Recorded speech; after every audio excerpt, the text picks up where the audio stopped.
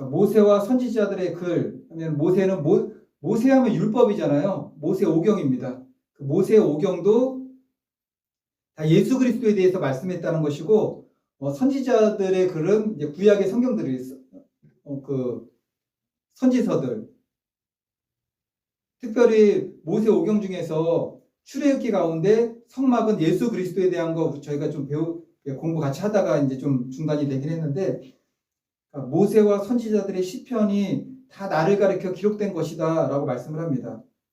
지금도 제가 설교를 준비할 때 그렇게 하려고 많이 노력을 하는데 예전에는 제가 설교를 하는 동안에 준비할 때 성령님께서 그렇게 설교 준비하도록 강하게 역사하신 적이 있어요. 그건 제가 깨닫고 좀 느꼈던 부분인데 예수님의 공생의 사역을 다루고 있는 마태복음, 마가복음, 누가복음, 요한복음 사복음서뿐만 아니라 창세기부터 요한계시록까지 어느 성경, 어느 본문으로 설교를 하든 간에 성령님께서 설교 준비하는데 그 본문과 핵심이 예수 그리스도하고 연결되게끔 막 깨닫게 하시고 말씀을 조명하게 하신 적이 있어요. 예전에 이제 성기동교에서도 그때도 구약으로 쭉 나갔는데 이제 본문 말씀이 돌아가면서 어디가 걸릴지 모르는데 어느 말씀을 펴도 예수님이 보이는 거예요. 그게 저한테는 이제 제가 설교 준비를 해가지고 말씀을 증거했지만 성도님들은 얼마나 은혜가 될지는 모르겠는데 저 자신은 그때 굉장히 은혜가 많이 됐어요. 이게 말씀이 이게 예수 그리스도가 그러니까 성경책을 피면 예수 그리스도가 보이는 거예요. 구약 성경 전혀 이게 평소에는 읽어도 예수님하고는 이렇게 연관이 안 되는 사건이었는데 그 사건에서 예수님이 보이고 어떤 구절에서도 예수님이 보이고 굉장히 큰 저한테는 은혜였던 적이 있습니다. 그러니까 성령님께서 조명해 주시면 그렇게 되는 거죠. 또 예를 들어 보면은 마지막 때에 대한 예언적인 그런 말씀들도 구약 성경에도 너무나 많아요. 근데 그것들도 이게 성령께서 조명해 주시면은 거기에 맞춰가지고 또 이렇게 깨닫게 해주시는 부분들이 있는 거죠. 우리가 설교나 하나님의 말씀을 증거하게 될 때 그 본문 말씀이 담고 있는 가장 중요한 핵심적인 사건과 내용을 전달하는 것도 너무나 중요한데 그와 함께 그 사건 속에서 예수 그리스도가 반드시 조명되고 발견되어져야 돼요. 성경은 그런데 잘 읽는데 예수님 당시에 그 율법사들, 종교 지도자들이 그래가지고 주님을 못 만났던 거죠. 이 성경의 배경도 알고 하나하나의 히브리어의 의미들, 헬라어의 의미들 다 알아요. 다 알아요. 다 아는데 정작 예수님을 모르는 거죠. 성경에서 예수 그리스도를 발견하지 못하고 깨닫지 못해서 그렇습니다.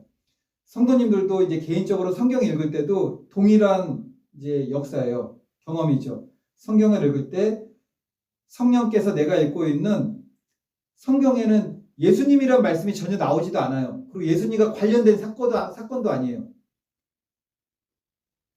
그럼에도 불구하고 성경을 읽다가 예수님의 발견이 딱 되면은 그때 예수님 만나는 거예요. 그때는 같은 믿는 사람들도 이해를 못할 수가 있어요. 성경 읽다가 딱 폈는데 예를 들어서 사사기 말씀 보고 있는데 주님 발견해가지고 막 이게 너무나 이게 가슴이 벅차고 감동돼가지고 막 눈물이 흐를 때가 있는 거죠. 성경이 증거하는 가장 중요한 핵심은 예수 그리스도이다. 그래서 성경을 읽다가 예수님을 발견하면은 인격적으로 그냥 입체적으로 만나는 거죠. 입체적으로. 그리고 그 마음의 감동이라는 것을 어떻게 표현할 수가 없는 거죠. 주님께서 입체적으로 나타나셔서 그 말씀이 내 안에 오셔서 내 마음을 갖다가 이게 다 주관하시는 거죠.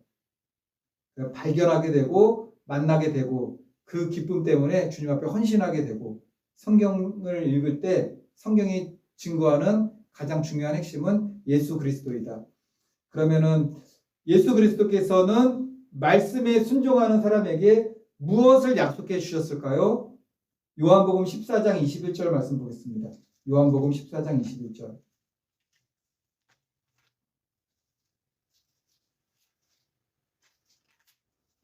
요한복음 14장 21절.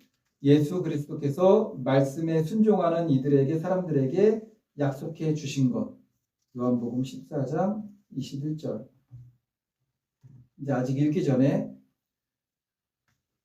보통 사람들은 이제 성경을 통해서 주님을 깊이 만나지 못했으면은 축복하면은 야 이제 잘 되나 보다 이제 그거 생각하는 거죠. 본능적으로 우리는 축복하면 내 육신의 삶하고 연결이 딱 돼요. 육신의 삶과 연결된 축복이 그냥 본능적으로 우리가 다 떠오르잖아요. 누구만 그런 게 아니라 우리가 다 그래요. 그냥 삶이 너무 힘들잖아요. 팍팍하고 힘들어서 해결해야 될 문제들이 너무나 많은 거예요. 그리고 내 필요에 대한 공급받아야 될 것도 너무나 많다 보니까는 아 이것이 있으면 좋겠다. 이것이 해결됐으면 좋겠다. 또 우리가 그것을 정말 하나님께 구하기도 하고. 그런데 주님께서 말씀하신 축복은 요한복음 14장 21절 말씀 보겠습니다. 다 같이 읽겠습니다. 시작. 나의 계명을 지키는 자라야 나를 사랑하는 자니 나를 사랑하는 자는 내 아버지께 사랑을 받을 것이요 나도 그를 사랑하여 그에게 나를 나타내리라. 주님께서 말씀하신 축복은 또 우리가 생각하는 그런 것들이 아니었어요. 하나님 아버지께 사랑받는 축복. 하나님 아버지께 사랑받는 축복이래요. 그리고 내가 축복을 줄 텐데 어떤 축복이냐면은 주님께서 그에게 나타내 보이시는 축복. 그러니까 주님의 임재를 느끼는 거예요. 그게 큰 경험이고 축복인 거죠. 주님의 임재를 갖다가. 그래서 예전에 이제 스펄전 목사님께서 매일 우세요. 매일. 왜 우냐면은 주님의 십자가 사랑이 너무나 감격스러우니까는 그거 묵상하면은 너무 눈물이 많이 나고 감동이 되는데 한날은 너무 괴로운 거죠. 막 너무 괴로워요. 왜냐면은 주님의 십자가를 묵상했는데도 감동이 없어요. 그냥 나를 위해 죽으신 예수님. 너무 밋밋한 거예요. 그러니까는 그것 때문에 너무 괴로운 거죠. 우리가 주님을 깊이 만나게 되면은 정말 그렇습니다. 다른 무엇보다도 우리가 예배드리면서 가장 답답한 게 뭐죠? 예배드리면서 가장 답답한 거?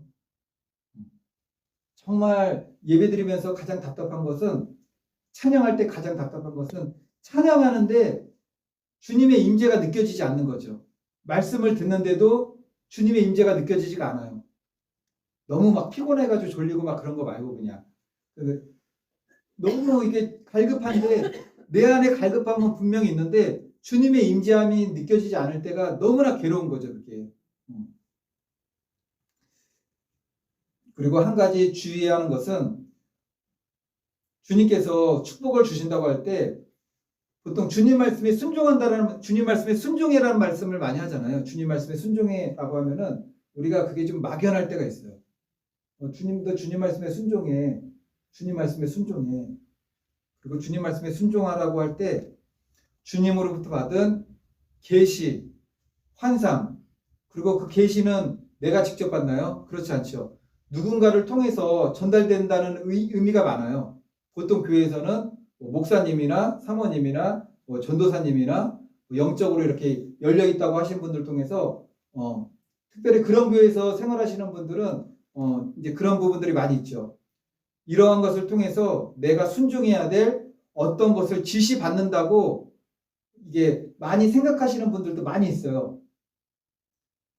신앙생활을 그렇게 계시와 은사에 치우치면은 굉장히 위험한 정도가 아니라 그 망합니다. 그럼 결국에는 망해요. 그게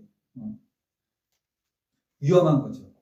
은사를 부정하는 건 아니지만 은사와 계시에 치우치면은 망하게 됩니다. 망해요. 결국 망해요. 예수께서 요한복음 14장 21절에 무엇을 지키는 자라고 했죠? 나의 계명을 지키는 자라고 했어요. 나의 계시라고도 말씀하지 않으셨어요. 나의 계명을 지키는 자.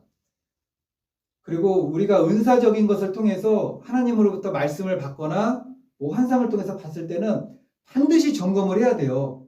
우리가 믿음이 없어가지고 그게 안 믿는 게 아니잖아요. 이게 하나님께로부터 다르게 온 것인가에 대한 점검 때문에 그런 거지. 하나님 말씀은 명확하니까는 순종을 한 거 안 한 거는 이게 명확한데 하나님의 말씀이 은사를 따라 계시로 왔을 때는 목사님이 말씀하시고 누가 말씀하시고 이거 묻지도 말고 따지도 말고 해야 된다. 그러면 너무나 위험하게 되는 겁니다. 어쨌든 오늘 말씀에서는 요한복음 14장 21절에서는 지키는 자에게 축복을 주는데 그 지키는 것을 나의 계명이라고 분명히 말씀하셨어요. 여기 말씀. 성경 말씀이죠. 성경 66권을 통해 주시는 계명을 지키는 것이 가장 중요합니다. 이와 함께 이제 성령의 은사는 보혜사 성령님께서 말씀하시고 명령하시는 은사적 계시도 분명히 그것이 주님께로부터 왔다면은 순종해야 되는 거죠. 분명히 순종하죠. 그런데 분명한 것은 성경 66권에서 근거를 찾을 수가 없어요. 성경 66권에 적용되는 말씀이 아니에요. 특히나 성경 66권에서 벗어난 다른 말을 하면은 그것은 이제 갖다 버려야 되는 거죠. 그러면 누가 예수님의 말씀 곧 계명을 지키는 자는 요한복음 저희가 방금 21절을 읽었죠. 23절을 읽어보겠습니다.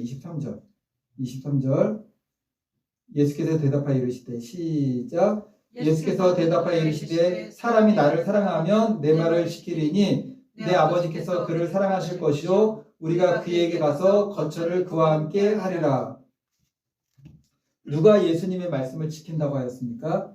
예수께서 대답하여 이르시되 사람이 나를 사랑하면 내 말을 지키리니. 그러니까 순종은 주님을 사랑하는 이들이 한다라는 거죠. 순종은 예수 그리스도를 사랑하는 이들이 주님의 계명 곧 성경 말씀대로 산다라는 것입니다. 성경 말씀을 하나로 이게 막 계속 좁히고 핵심은 사랑이잖아요. 근데 그 사랑은 하나님을 향한 사랑, 이웃을 향한 사랑.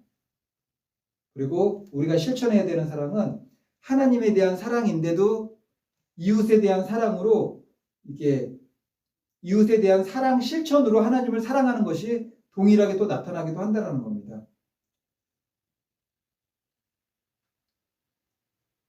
여기서 제가 중요한 거를 하나 말씀을 드릴게요. 요한복음 14장 23절에서 예수께서 대답하여 이르시되 사람이 나를 사랑하면 내 말을 지키리니. 여기까지는 우리가 아는 말씀이죠. 내 아버지께서 그를 사랑하실 것이요. 내 아버지께서 저도 우리 성도님들도 사랑합니다. 말씀 시키면은 그를 사랑하실 것이요. 이제 그 다음 말씀 다 같이 읽어볼까요? 우리가 시작. 우리가 그에게 가서 거처를 그와 함께 하리라. 이 말씀이 굉장히 중요한 말씀입니다. 이거는 예를 들면 신학적으로도 굉장히 중요한 거예요. 내 말을 지키는 자들을 사랑하는데 내 아버지께서 사랑하실 것이요 우리가 그에게 가서 거처를 그와 함께 하리라. 우리가 그에게 간대요. 예를 들면은 우리가 저 자매님한테 가는 거죠. 여기서 우리는 누굴까요? 우리는 성부 하나님, 성자 하나님, 성령 하나님, 삼위일체 하나님이에요. 우리가 그에게 간대요. 거처는 뭘 보고 거처라고 그러죠? 집이잖아요. 여기서 거처로 사용된 헬라어 뜻은 거주하는 장소인데 영구적인 거처예요. 영구적인 거처. 그러니까는 삼위일체 하나님께서 영구적으로 거하신다. 이 땅에 사는 동안에 영구적으로 거하지는 않잖아요. 항상 머무신다는 거예요. 항상 너희와 함께한다. 이것이 영구적으로 너희 안에 거한다, 거처한다라는 거죠. 항상 머무신다, 임재하신다. 이것은 내가 주님의 계명을 지키는 자의 삶을 살 때 삼위 하나님과의 지속적인 교제가 된다라는 거예요. 그건 굉장히 중요한 거죠. 내 안에 성령님께서 분명히 계시는데 오늘 말씀 보니까는 우리가 그에게 가서 거처를 그와 함께 하리니. 그렇다고 삼위 하나님이 이렇게 내 안에 이렇게 집 짓는 것처럼 들어와 살고 그런 건 아니죠. 근데 임재하시고 동행하시고 나를 눈동자같이 보호하시고 나와 항상 함께 하시는 거예요. 그 삼위 하나님께서. 그럼 제가 이제 문제를 내보겠습니다. 지금 제가 설명을 좀 드렸잖아요. 우리 삼위 하나님께서 그분의 계명을 지키는 자들과 함께 하시고 그에게 가서 그를 거쳐 삼아서 그와 함께 하리라. 이것을 두 글자로 된 한 단어로 뭐라 그러죠? 다시 내가 문제를 갖다가 요약해서 딱 설명을 해야 되는데, 제가요, 아니 우리들 각자가 하나님 말씀대로 순종을 해요. 주님의 계명대로 순종을 하니까는 여기서 우리가 삼위일체 하나님께서 그에게 가서 거처를 그와 함께 하리라. 그 안에 항상 영구적으로 머무신대요. 이거를 네, 맞습니다. 근데 너무 퉁명스럽게 얘기하는 것 같은데. 네, 동행입니다. 동행. 하나님께서는 지금도 무서워서 문제를 못 낼 것 같은데 이제 성경을 통해서 자신을 우리들 각자에게 나타나 주시는 거죠. 성경을 통해서. 그래서 성경은 매일매일 하나님과 교제하며 동행하기 위한 안내서이기도 하죠. 길잡이이기도 하고. 근데 진리예요, 진리. 이거밖에 없어요. 다른 게 없어요. 이거밖에 없습니다.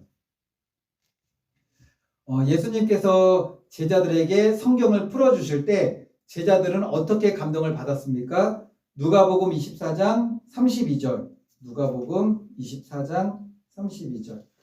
말씀하겠습니다. 누가복음 24장 32절. 예수님께서 제자들에게 성경을 풀어주실 때 제자들은 어떻게 감동을 받았습니까? 누가복음 24장 32절. 그들이 서로 말하되, 우리 다 같이 한번 읽어보겠습니다. 시작. 그들이 서로 말하되 길에서 우리에게 말씀하시고 우리에게 성경을 풀어주실 때 우리 속에서 마음이 뜨겁지 아니하더냐 하고. 누가복음 24장 32절은 그 유명한 엠마오로 가는 두 제자, 그 이야기가 배경이죠. 예수님께서 부활하셨습니다. 하지만 그 사실을 아직 믿지 못하는 두 제자가 엠마오로 그냥 가요. 이제 예루살렘을 떠나는 거죠. 근데 가는 길에 부활하신 예수님을 만나게 됩니다. 처음에는 예수님께서 오셨는데도 예수님인지 알아보지 못해요. 그러면서 예수님이 부활하신 예수님이 왔는데도 예루살렘에서 있었던 일을 당신은 뭐 모르십니까? 지금 예수님한테 막 그 설명을 하고 있는 거죠. 제자들은 이미 구약 성경을 알고 있는 부분들이 많이 있었어요. 근데 예수님의 그것을 풀어주신 거죠. 풀어주셨다라는 것은 구약 성경 자체를 지식으로만 알고 있었다는 거예요. 자신들이 알고 있었던 그 성경 말씀, 구약 성경 안에서 예수 그리스도를 발견하지 못했던 거죠. 그런데 그 지식인 말씀이 생명이 됐습니다. 율법과 모세 오경과 선지자의 글들, 서신서들이 예수 그리스도를 딱 가리키고 있다는 것을 깨닫게 되었고, 그분이 지금 우리의 스승이셨고 우리를 제자 삼으신, 그리고 십자가에 죽으시고 부활하신 예수님인 것을 깨닫게 되니까는 마음이 막 뜨겁게 된 거죠. 마음이 뜨거워졌다라는 것은 성령님께서 말씀을 조명하여 주심으로 말씀이 살아난 거예요. 그냥 말씀이 내 안에 생명이 된 거죠. 그때는 성경 말씀이 성령으로 조명이 되면은 무감각한 내 마음이 막 뜨거워져요. 어느 때는 뭐 이런 거죠. 예수 그리스도에 대해서 성경에서 막 이렇게 글이 입체적으로 확 나오는 것처럼, 이거는 제 그냥 예를 든 거죠. 이렇게 예수님이 이렇게 느껴지는 거죠. 성경 읽을 때. 그리고 어떤 이들은 전도에 대한 소명 받으신 분들은 전도하는 말씀들이 막 나오기도 하고, 뭐 신학교 가가지고 소명 받으신 분들 가운데서는 이게 예수님이 부르실 때 그 부름에 대한 사건이 이게 입체적으로 막 자기 사건으로 와 닿는 거죠. 거부할 수가 없는 거죠. 그래서 날마다 우리가 성령으로 충만해야 되는 이유가 이거예요. 성경을 통해서 주님과의 교제가 되려면은 읽고 그냥 우리가 생각 속에서 깨닫는 것이 아니라 성령께서 조명해 주셔야 돼요. 성경의 저자는 누구입니까? 사람을 도구로 사용하셨지만 성령님이 쓰신 거죠. 모든 성경은 성령의 감동으로 된 것으로, 저자께서, 성경을 지으신 저자께서 이거 이제 조명하여서 이게 깨닫게 해주시는 거죠. 그래서 우리가 성령의 충만함을 구해야 됩니다. 이제 느헤미야 9장 3절 말씀만 더 보고 마치도록 하겠습니다. 느헤미야 9장 3절. 구약 성경 9장이면은 739페이지. 739페이지. 느헤미야 9장.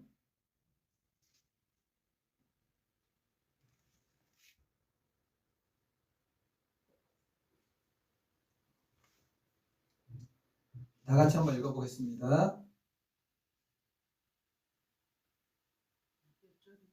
9장 3절입니다. 느헤미야 9장 3절. 이날의 낮 4분의 1은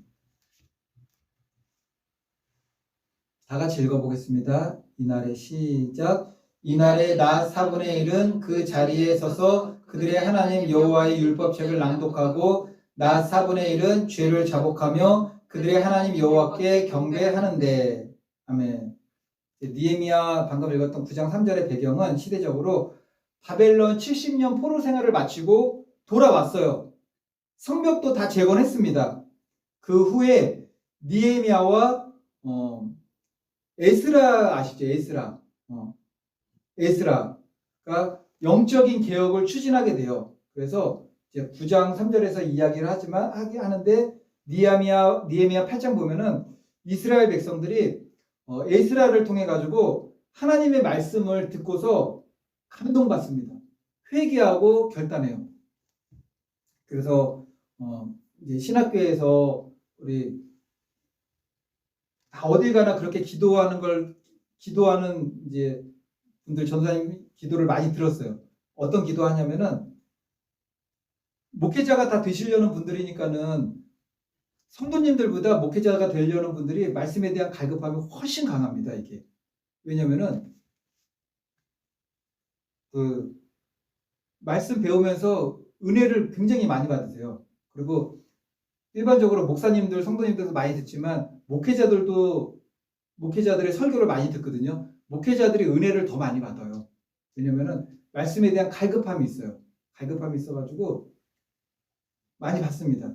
그러면서 어떤 기도하냐면은 학자의 영을 달라고 기도해요. 이게 성경 말씀에 나오는 구절이에요. 학자의 영을 주십시오. 학자가 연구하는 사람이잖아요. 근데 성경 말씀에 대해서 학자의 영을 주셔서 바르게 분석하고 바르게 깨닫고 바르게 정립해서 바르게 가르칠 수 있는 학자의 영을 달라는 그런 기도합니다. 우리 성도님들도 기도하셔야 돼요. 성경 말씀을 읽을 때 물론 깨닫게 하시고 조명하셔서 성경 말씀을 풀을 때 예수 그리스도가 보이게 하시고 복음의 진수를 깨닫게 하옵소서 기도하지만 학자의 영을 달라고 기도하십시오. 학자의 영을. 바르게 정말 깊이 깨닫게 하시고 바르게 분석하게 하시고 바르게 해석해서 바르게 이렇게 나한테 말씀으로 다 정립이 되도록 그렇게 기도하는 학자의 영을 달라고. 그렇게 에스라의 말씀만 낭독했을 뿐이에요. 말씀만 낭독했는데 그 말씀에는 권세가 있죠. 예수 그리스도의 복음, 하나님 말씀에는 말씀 자체에 권세가 있습니다. 말씀 자체에 권위가 있죠. 큰 감동을 받았고 회개하고 결단했습니다. 그래서 이어지는 9장에서 오늘 말씀에서 회개를 통한 신앙 고백을 하는 거죠. 이 날에 낮 4분의 1은 그 자리에 서서 그 자리에 섰대요. 낮 4분의 1은 그 자리에 서서 그들의 하나님 여호와의 율법책을 낭독하고 낮 4분의 1은 죄를 자복하며 그들이 하나님 여호와께 경배하는데 우리도 예배 시간에 찬송 부를 때 우리 일어나서 이 찬양 부르잖아요. 이게 꼭 뭐 성경에 정해진 건 아닌데 어떤 교회에서는 하나님 말씀 그날 성경 본문 읽을 때 다 일어나서 읽는 교회들도 많아요. 하나님 경외하는 그 마음이죠. 근데 문제는 뭐냐?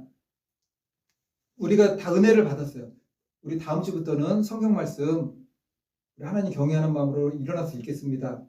하다가 계속 그렇게 하다 보면 왜 일어났는지 모르는 거죠.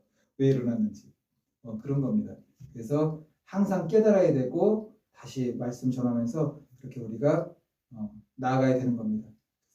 느헤미야 9장 1절 2절 보면은 이스라엘 백성들이 금식하고 굵은 베옷을 입고 죄를 자복하고 이방 사람들 하나님 없이 사는 이방 사람들과 구분된 삶을 살아야겠다.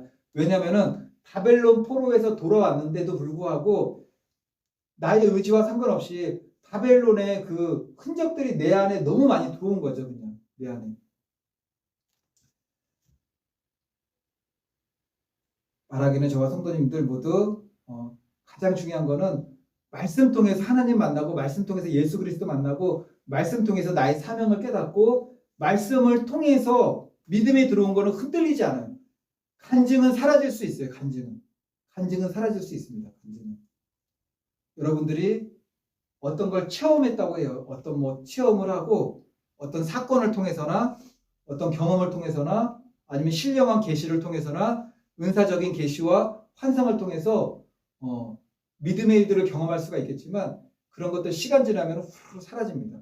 그런데 내가 말씀을 보다가 말씀을 듣다가 경험하게 된 것은 이게 그냥 그래서 말씀이 뿌리라고 그러는 거잖아요. 그냥 스며들어가게 되면 흔들리지가 않아요. 근데 간증이나 경험을 뿌리라고 그러진 않잖아요. 우리가 그냥 믿음이 자라감에 있어서 뭐 그런 거죠. 뭐라고 그래야 되나요? 보조제? 그런 거죠. 그것도 너무나 신령하고 귀한 은혜이지만 말씀을 뿌리라고 하는 이유가 뭐냐면 말씀으로 깊이 들어가면은 절대 흔들리지 않기 때문에 그렇습니다. 우리 이 시간 우리 찬양하고 이제 기도하겠습니다.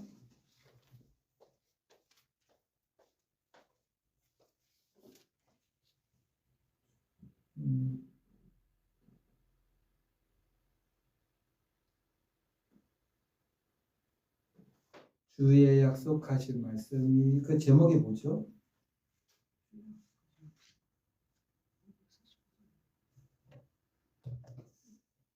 549장이요?